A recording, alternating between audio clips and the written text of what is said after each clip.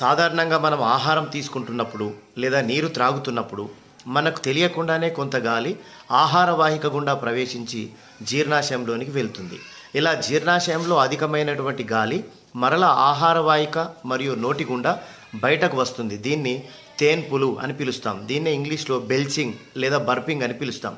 అయితే మనం కొన్నిసార్లు కార్బోనేటెడ్ డ్రింక్స్ అంటే థమ్స్అప్, స్ప్రైట్, మాజా, 7 లాంటివి ఏవి తాగినా వాటిలో కార్బన్ డైఆక్సైడ్ పర్సెంటేజ్ ఎక్కువగా ఉంటుంది. కాబట్టి జీర్ణాశయంలో కార్బన్ డైఆక్సైడ్ శాతం పెరగడం వల్ల వెంటనే ఆ అధికమైనటువంటి కార్బన్ డైఆక్సైడ్ ఆహార వాహిక గుండా మరలా మన నోటి ద్వారా బయటకు వస్తుంది.